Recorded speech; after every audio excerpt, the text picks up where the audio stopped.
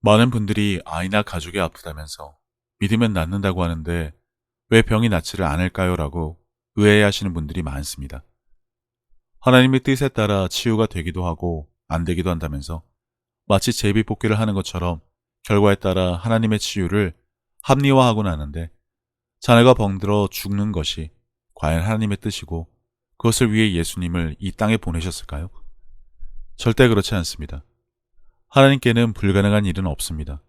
그런데 교회 다니면서 기도도 열심히 하고 헌금 꼬박꼬박 내고 전도하고 봉사도 열심히 했는데 왜 병이 낫지 않느냐는 수많은 분들의 질문을 보면 과연 교회에서 무엇을 가르치고 배우는지 궁금하지 않을 수 없습니다.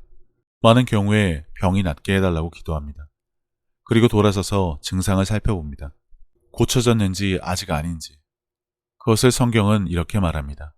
두 마음을 품은 자. 아직 아니라고 생각되면 기도를 조금 더 오래, 그리고 마음을 쥐어짜면서 애절하고 간절한 기도를 하며 나의 간구를 들어주신다고 믿곤 합니다. 그런데 이런 것은 지성이면 감천이란 말을 기독교에서도 여전히 적용하려고 노력할 뿐이란 것을 아셔야 합니다. 그래서 같은 기도를 계속합니다. 언제까지? 병이 나은 것을 내가 볼 때까지. 계속해서 확인하고 차도가 없으면 다시 또 구하기를 반복하다가 스스로 지쳐 포기합니다. 그리고 다음 수순으로 하나님의 뜻이 아니다는 결론을 내리고 낙담하고 포기하면서 하나님을 향한 원망이 쏟아집니다. 간혹 도박을 하듯 베팅을 합니다. 아이를 하나님께 바치겠다. 낫게만 해주시면 내가 헌금을 얼마나 하겠다 등등 수많은 거래를 하나님께 제안합니다. 하지만 그렇게 해서는 안 됩니다. 그래서 여전히 증상은 변화가 없고 오히려 악화가 된다 하더라도 입술의 고백, 감사의 기도가 달라져서는 안 된다는 것을 이번 영상에서 나누고자 합니다. 내가 만일 내 입으로 예수를 주로 시인하며 또 하나님께서 그를 죽은 자 가운데서 살리신 것을 내 마음에 믿으면 구원을 받으리라. 사람이 마음으로 믿어 의에 이르고 입으로 시인하여 구원에 이르니라. 하나님의 구원이 시작되는 것은 사람이 마음으로 믿을 때입니다. 그때 하나님께서는 그를 의롭다 여기시고 사람이 믿은 것을 입으로 말할 때 구원에 이른다고 하셨으니 치유에 있어서 이 말씀 중에 마음에 믿고와 말하고를 잘 기억해 두시기 바랍니다. 치유와 관련된 다양한 말씀들을 보면서 어떻게 기도하고 구하고 받는지를 정리하도록 하겠습니다. 첫 번째, 하나님께 감사를 하는 것입니다. 아무것도 염려하지 말고 다만 모든 일에 기도와 간구로 너희 구할 것을 감사함으로 하나님께 아뢰라. 시작하기 전에 먼저 이 말씀을 통해 당신이 어떠한 상황에서도 하나님을 제일 먼저 찾는 것만으로도 그 자체가 축복이고 은혜고 감사할 일임을 아시기 바랍니다. 그리고 구하기 전에 하나님은 살아계시고 사랑이시며 능치 못한 일이 없으신 분임을 믿기 때문에 하나님께 감사함으로 기도할 수 있어야 합니다. 그러면 무엇을 감사해야 할까요? 하나님께서 우리를 위해 이미 하신 일에 대해 감사하는 것입니다. 그 중에서 예수님이 십자가 사건으로 우리의 모든 죄를 없애주셨듯이 채찍에 맞으심으로 사람에게 있는 모든 질병을 낫게 해주신 것을 감사하는 것입니다. 친히 나무에 달려 그 몸으로 우리 죄를 담당하셨으니 이는 우리로 죄에 대하여 죽고 의에 대하여 살게 하려 하심이라. 그가 채찍에 맞음으로 너희는 나음을 얻었나니. 두 번째로 질병을 꾸짖는 것입니다. 치유기도 또는 명령하는 기도라고도 하는데 명칭은 그리 중요한 것이 아닙니다. 그것보다는 베드로가 한 그대로 할 수 있어야 하는 것에 더 주목하기 바랍니다. 예수님의 부활 승천 후 베드로가 처음으로 한 치유는 안진뱅이에게 행한 사건입니다. 베드로가 이르되 은과 금은 내게 없거니와 내게 있는 이것을 내게 주노니 나사렛 예수 그리스도의 이름으로 일어나 걸으라 하고 안진뱅이라 그에게 예수 이름으로 일어나 걸으라고 명했습니다. 귀머거리라면 귀가 열릴 것을 명하고 장님이라면 눈을 뜰 것을 명했을 것입니다. 예수님의 이름에 권세가 있다는 말은 성경 전반에 걸쳐 이미 수없이 기록되어 있고 예수님께서는 제자들에게 그분이 하신 것은 물론이고 그것보다 더한 것도 할 것이라고 이미 알려주셨습니다. 그리고 믿는 자들은 예수님의 이름을 사용할 수 있는 정당한 권리를 이미 갖고 있습니다. 그날에는 너희가 아무것도 내게 묻지 아니하리라. 내가 진실로 진실로 너희에게 이르노니 너희가 무엇이든지 아버지께 구하는 것을 내 이름으로 주시리라. 지금까지는 너희가 내 이름으로 아무것도 구하지 아니하였으나 구하라. 그리하면 받으리니 너희 기쁨이 충만하리라. 세 번째로 의심하지 말아야 합니다. 예수님의 제자인 베드로는 그분의 부활 승천을 보았고 3년간 함께하면서 모든 것을 목격한 사람입니다. 그래서 사람들은 예수님이니까 베드로니까 된 거다라는 엉뚱한 소리를 하는데 정작 베드로는 어떤 사람이었는지 다음 구절을 보시기 바랍니다. 베드로가 대답하여 이르되 주여 만일 주님이시거든 나를 명하사 물 위로 오라 하소서 하니 오라 하시니 베드로가 배에서 내려 물 위로 걸어서 예수께로 가되 바람을 보고 무서워 빠져가는지라. 소리질러 이르되 주여 나를 구원하소서 하니 예수께서 즉시 손을 내밀어 그를 붙잡으시며 이르시되 믿음이 작은 자여 왜 의심하였느냐 하시고 눈앞에 예수님이 계시고 그분이 오라고 한 명령을 듣고 발을 옮긴 베드로입니다. 그럼에도 불구하고 베드로는 예수님이 아닌 성난 바람과 파도를 보고 무서워서 물 위를 걷다가 빠집니다. 이런 베드로에게 예수님이 뭐라고 하셨나요? 왜 의심하였느냐입니다. 사람인 베드로는 바로 눈앞에 예수님이 계셔도 의심하고 두려움에 빠집니다. 그러니 지금 마음으로 믿음을 지키는 것이 얼마나 힘들지를 설득하고 정당화하려는 것이 아닙니다. 그만큼 믿음을 지키고 유지하는 것이 중요하다는 것을 알려드리는 것입니다. 이 구절에 중요한 내용이 모두 있습니다. 예수님은 베드로의 요청대로 오라고 명하셨습니다. 명령은 듣고 행하라고 있는 것입니다. 이와 같이 성경에는 무수한 말씀 중에 명령하신 내용이 셀 수 없을 정도로 많습니다. 말씀대로 행한다고 하는 것은 성경을 따라 행동으로 옮긴다는 것인데 하나님의 뜻이 무엇인지 아는 것도 명령을 아는 것과 같기 때문에 지우가 하나님의 뜻인지 의문을 가진다는 것은 성경을 전혀 모른다고밖에 볼 수 없습니다. 베드로가 배에서 내려 물 위로 걸었습니다. 말씀에 따라 믿음으로 행동을 한 것입니다. 가만히 앉아서 걷게 해주세요만 요청하지 않았습니다. 대부분의 크리스찬들이 이와 같은 오류를 범합니다. 기도하면서 해주세요, 도와주세요만 요청한다는 것입니다. 바람을 봤다는 것은 일단 예수님, 성경에서 눈을 돌려 세상 것을 보고 그것이 주는 두려움, 걱정, 분노, 시기, 질투 등에 빠진 것입니다. 결과는 뻔합니다. 물 위를 걷는 기적을 체험하다가도 빠지고 맙니다. 예수님이 눈앞에 계셔도 사람은 세상 것에 눈을 돌리는 것을 알 수 있습니다. 그리고 그 책임은 예수님에게 있지 않고 의심한 그 사람에게 있습니다. 구원하소서라고 하자 예수님이 손을 내밀어 그를 도와주십니다. 방금까지 물 위를 걸었던 베드로가 두려움에 빠져 스스로 다시 걸을 생각은 전혀 못하고 도움을 요청합니다. 어려움에 처하면 기도하며 이와 같은 태도를 보이는 것은 상황에 따라 다른 것이 아닙니다. 그 문제로 인해 결과가 잘못되면 어쩌나 싶은 의심과 불안, 그리고 걱정에서 빠져나오지 못하기 때문에 아무것도 하지 않고 기도하는 경우가 많습니다. 말씀에 근거해서 믿음으로 행하지 못하고 세상에서 배운 내 경험과 지식으로 노력은 해봤지만 안 된다고 결론을 내렸기 때문입니다. 하지만 예수님이 도와주신 것을 기억하고 그것을 믿으시기 바랍니다. 이 부분에서 아브라함의 예를 하나 더 봤으면 합니다. 결국은 믿음입니다. 약속에 대한 믿음, 말씀에 대한 믿음. 하나님이 해주실지 아닐지, 뜻인지 아닌지 따질 일이 전혀 아니라는 것입니다.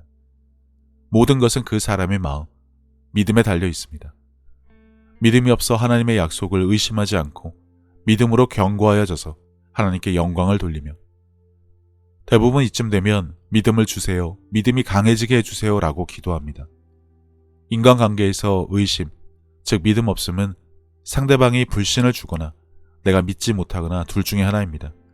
일단 하나님과 성경이 불신을 준다는 것은 말도 안 되는 일이니까 접어준다면 당연히 내가 믿지 못하는 것이 가장 큰 문제입니다.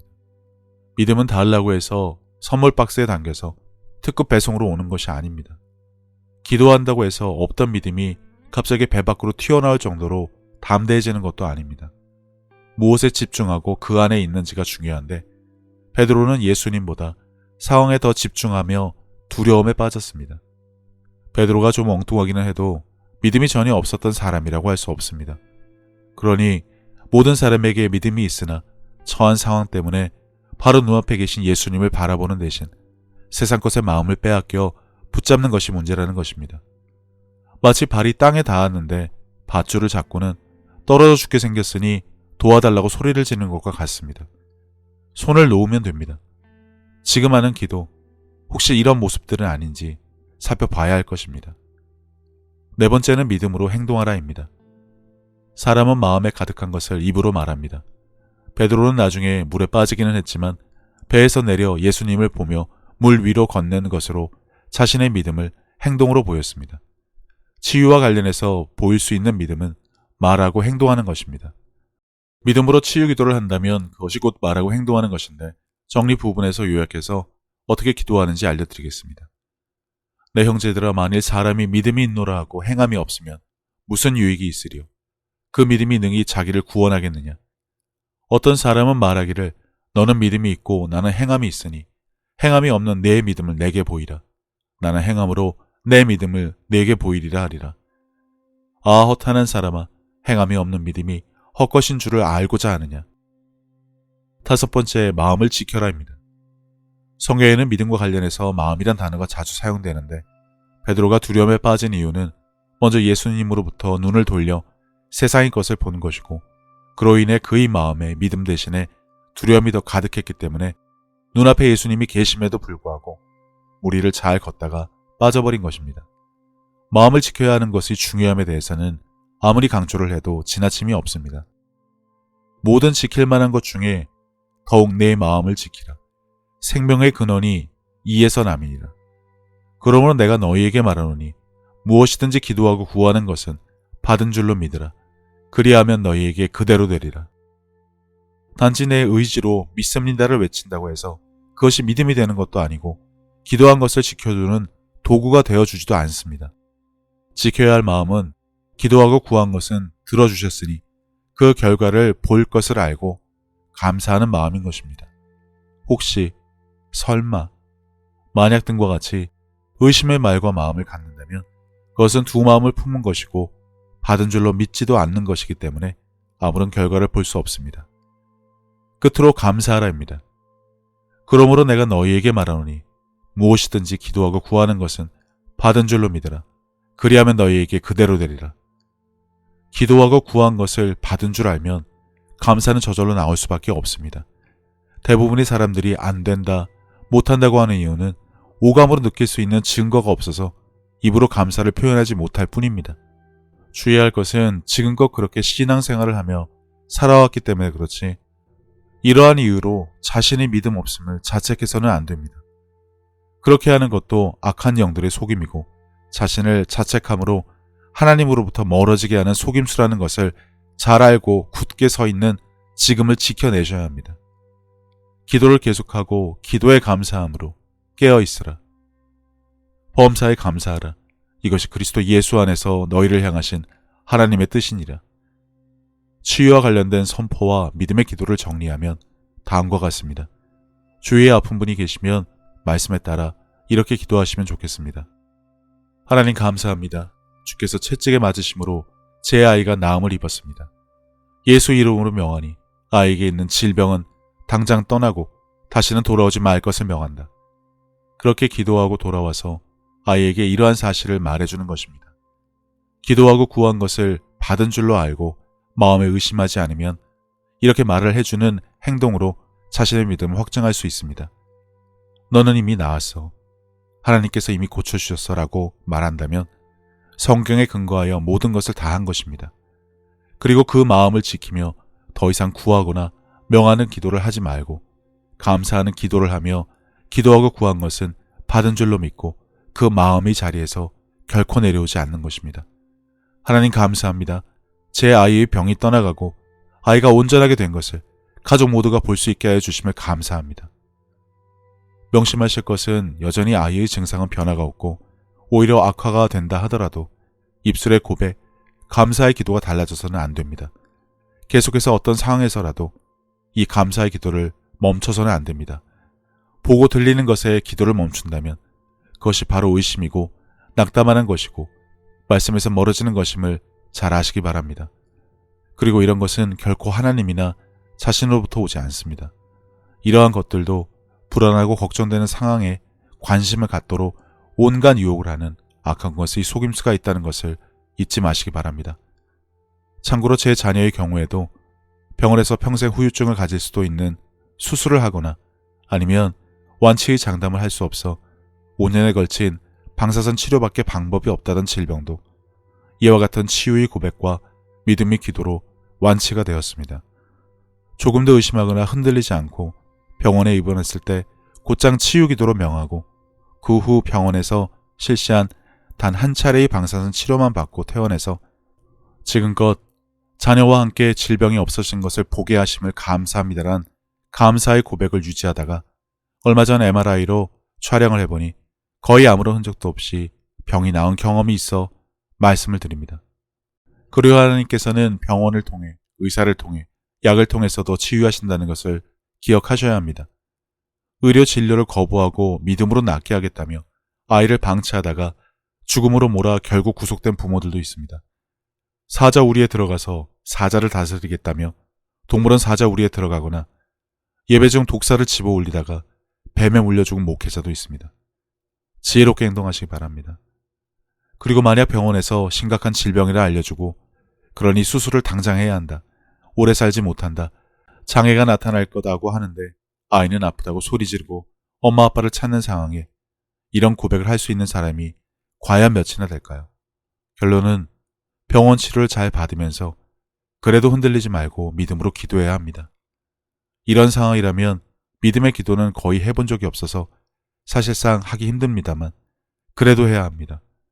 그리고 오감이 사람이 보고 느껴지지 않은 것을 믿고 말하기란 쉬운 일이 아닙니다.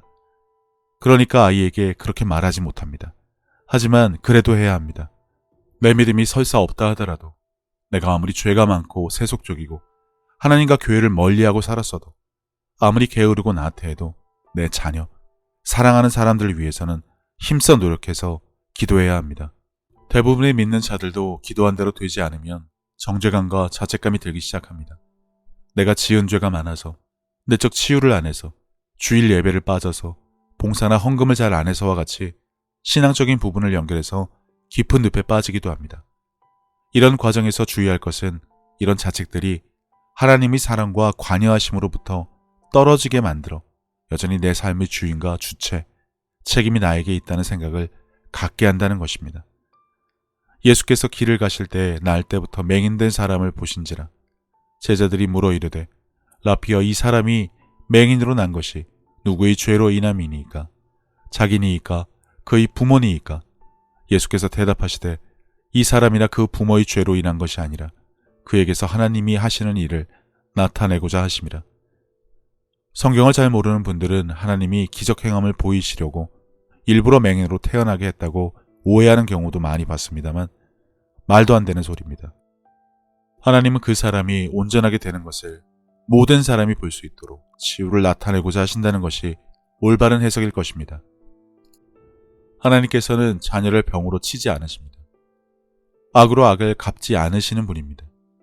무엇보다 사랑하는 자녀들이 건강하게 살기를 원하신다는 것을 분명히 알아야 합니다. 실제 경험을 바탕으로 사랑하는 사람이 질병에 걸린 분들에게 도움이 되고자 믿음의 기도에 대해 알려드렸습니다. 많은 사역자분들이 성령의 도우심으로 믿음으로 손을 얹어 치유하시는 경우도 많습니다. 믿는 자는 손을 얹어 다 그렇게 할 수 있다고 성경에 기록되어 있어 그대로 하시기 때문입니다. 하지만 믿음이 없이 손을 얹고 병이 낫지 않으면 낙담하기 쉽상이니 손을 얹기 전에 내가 해도 될까라는 의심이 조금이라도 있다면 치유는 기대할 수 없습니다. 내가 다니는 교회에서 누구에게도 치유를 기대할 수 없다고 해도 실망할 필요가 없습니다. 오히려 그런 분들을 찾아가 도움을 받는 것도 믿음으로 행동하는 것이고 그런 후에도 믿음으로 기도하고 구한 것을 받은 줄로 알고 감사의 기도로 끝까지 유지하는 것도 내가 할 일입니다. 방법은 많습니다. 이것이 옳다 그르다 저것이 더 좋다 아니다 따질 일이 아닙니다. 그분께서 하시는 일이기 때문입니다.